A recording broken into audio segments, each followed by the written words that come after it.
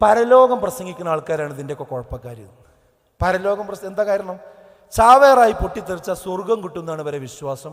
അതുകൊണ്ടാണ് എന്ത് ചെയ്യണത്, ഇവർ പൊട്ടിത്തെറിക്കുന്നത് വേഗം. എന്നാൽ അത്തരം തെറ്റിദ്ധാരണ ആർക്കെങ്കിലും ഉണ്ടെങ്കിൽ മനസ്സിലാക്കിക്കോളൂ, ഇസ്ലാം അതിനാരും നിൽക്കൂല.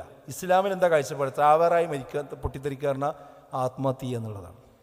ആത്മഹത്യൻ്റെ വിധി എന്താ അറിയോ? റസൂലുള്ളാഹി സ്വല്ലല്ലാഹു അലൈഹി വസല്ലം പറഞ്ഞത്, ആത്മഹത്യ ചെയ്ത വ്യക്തി നാളെ നരകത്തിലാണ്.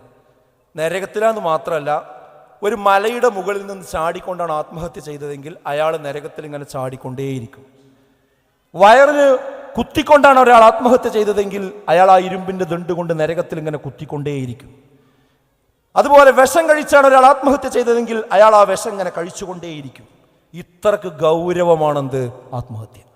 പല ആളുകളും ഫൈനൽ എക്സിറ്റ് എന്നാണ് അതിന് പേര് കൊടുക്കാറുള്ളത്.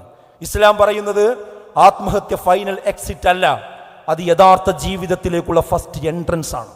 മരണം എന്ന് പറയുന്നത് ഫസ്റ്റ് എൻട്രൻസ് ആണ്. അഥവാ ഇവിടെ എന്തെങ്കിലും ചെയ്താൽ അതിന് ഉത്തരം നാളെ പരലോകത്ത് പറയേണ്ടി വരും. ഈ ബോധമുള്ള ഒരാളെ എങ്ങനെ നിരപരാധികൾക്ക് നടുവിൽ പോയി പൊട്ടിച്ചാറുക?